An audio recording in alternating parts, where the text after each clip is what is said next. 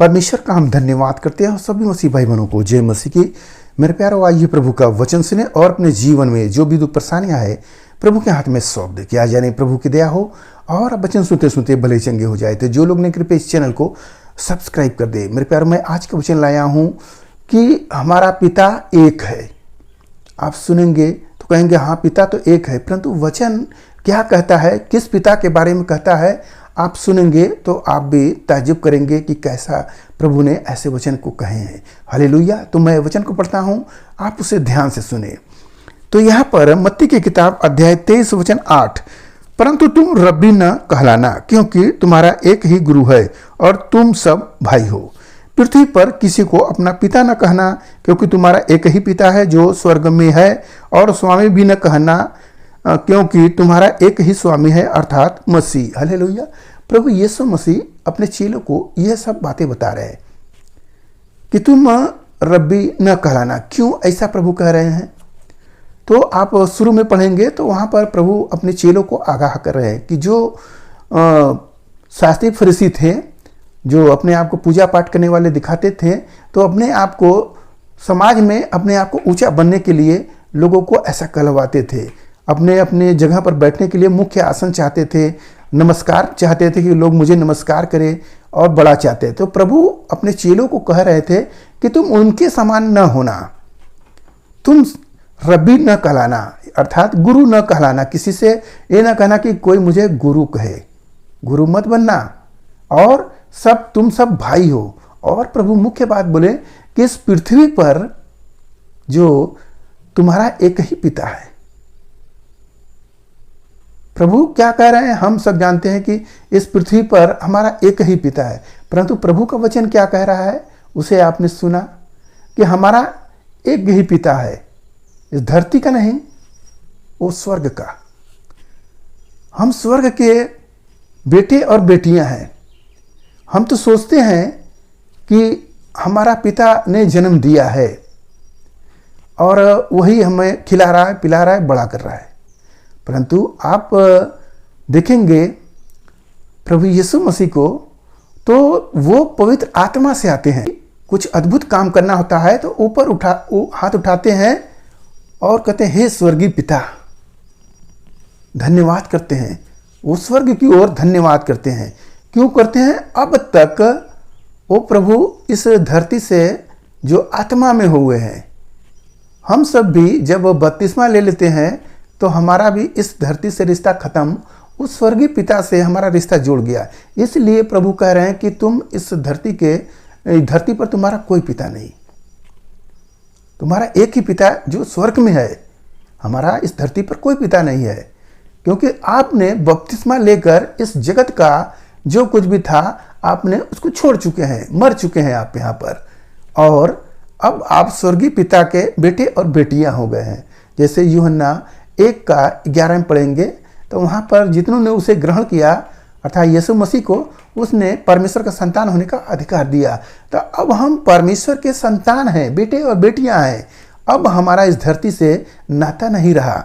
अब हमारा यह पिता कहलवाने के लिए है, परंतु हमारा असली पिता अब स्वर्ग में है। जैसे प्रभु यीशु मसीह जब कुछ होता था तो ऊपर अपनी दृष्टि को करते थे, हाथों को उठाते थे और धन्यवाद करके रोटी तोड़ते थे, और जो कुछ भी चाहता था वो मांगते थे। मेरे प्यारों, उसी रीति के अनुसार प्रभु अपने चेलों को भी बता रहे हैं कि तुम इस धरती पर रहकर किसी को स्वामी मत कहना, किसी को स्वामी मत कहना, बल्कि मैं तो कहता हूं किसी को नमस्कार भी करना, जैसे हाथ जोड़कर नमस्कार भी नहीं करना। क्यों? क्योंकि हमारा स्वर्गीय पिता एक है। मुंह से तो बोल सकते हैं परंतु हाथ नहीं। हमारा स्वर्गीय पिता एक है, एक ही हमारा स्वामी है। पिता जानते हैं पिता का अर्थ क्या है? पिता का अर्थ है पालन, पोषक और रक्षक। आपका इस धरती के पिता क्या इन सब में परिपूर्ण है? नहीं है। आप देखेंगे जिसके पिता मर गए तो बेटे भी मर जाना चाहिए, परंतु बेटा जिंदा है। क्यों? क्योंकि स्वर्गीय पिता उन्हें खिला रहा है, पाल रहा है, पोस रहा है, आगे बढ़ा रहा है। हालेलुया।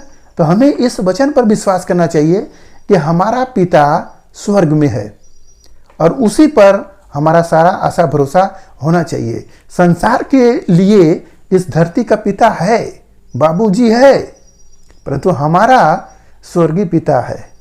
अब हम इस धरती के नहीं, हम उस स्वर्गीय पिता के बेटे और बेटियां हैं, जो यहाँ पर हम सब उसके कार्यों को कर रहे हैं और वो हम सब से प्रसन्न है। जब प्रभु यीशु मसीह बपतिस्मा लेते हैं और बपतिस्मा लेकर जैसे ही पानी से बाहर निकलते हैं तो आकाशवाणी होती है, यह मेरा प्रिय पुत्र है, इसकी सुनो। हालेलुया। तो प्रभु स्वीकार कर लिए, स्वर्गीय पिता स्वीकार कर लिए कि ये मेरा बेटा है। वैसे ही आप भी जब बपतिस्मा लेकर बाहर निकलते हो तो अब आप स्वर्गीय पिता के बेटे और बेटियां हो गए। अब आप इस धरती के पिता को पिता नहीं कहना, अब तक कहे हो, अब नहीं कहना। बाबूजी कह लेना, डैडी कह लेना, परंतु पिता नहीं कहना। यह शब्द बता रहा है, यह वचन बता रहा है। इस वचन से आप समझे, और न ही किसी को स्वामी कहना, क्योंकि हमारा एक ही स्वामी है जो स्वर्ग में है, जो हमारा मसीह कहलाता है। हालेलुया। मेरे प्यारों, आज के इस वचन से आपको पता हो गया कि प्रभु यीशु मसीह क्यों अपने चेलों को ऐसा बोले कि तुम्हारा इस धरती पर पिता नहीं है, वो स्वर्ग में तुम्हारा एक ही पिता है। हालेलुया। जो वचन लिखा है, पृथ्वी पर किसी को अपना पिता न कहना, क्योंकि तुम्हारा एक ही पिता है जो स्वर्ग में है। पृथ्वी पर हमें किसी पिता को नहीं कहना, किसी को बाप नहीं कहना है, किसी को जो पिता नहीं कहना है, बाप कह सकते हैं। तो हमें वचन पर ध्यान देना चाहिए, क्योंकि अब हम जीवित नहीं बल्कि हम अब आत्मा में जीवित हैं।